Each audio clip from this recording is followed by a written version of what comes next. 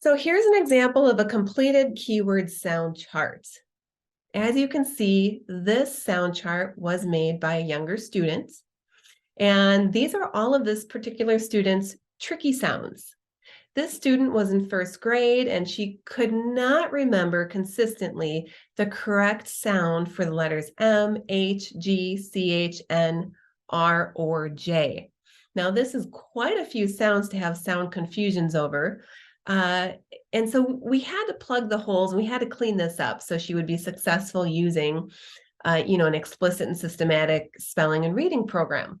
So what you do with the keyword sound chart is you really individualize to meet each student's need.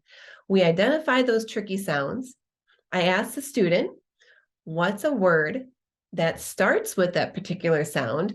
So she selects her own keyword. For M, she wanted a moon. For H, she wanted a hat. For G, she wanted gifts, and so on and so forth. And I gave her the markers and she drew her pictures. Now, I like to add the actual printed word to the chart. That's optional. You don't have to do that if you think it's going to confuse your students.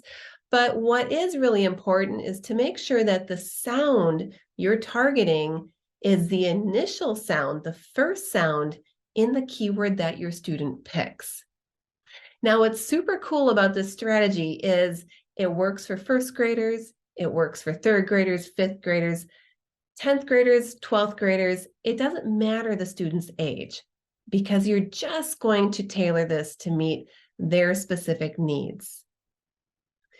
This would replace the need for the huge alphabet chart in the classroom, the A through Z with all the different letter sounds and all the different pictures. Students, when they're younger, they'll have these posters in their classroom and they tend to get lost in these posters.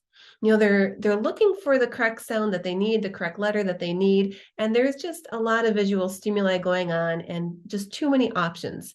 So what's nice about the sound chart is that it does really dial in only the sounds that the student needs to work on.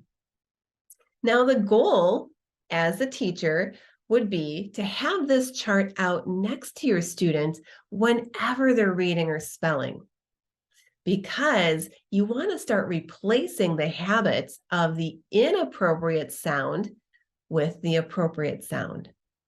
So you're cueing the student to look at the sound charts before they spell that sound or before they read that sound so that they're cognizant of what they're about to produce, what they're about to say.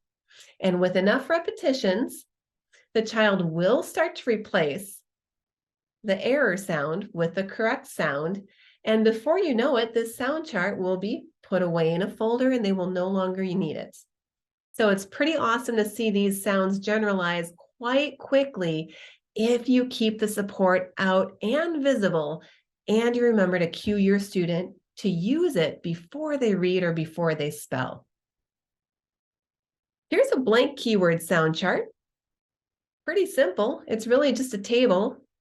You're welcome to print this out and use it with the students that you need to use it with.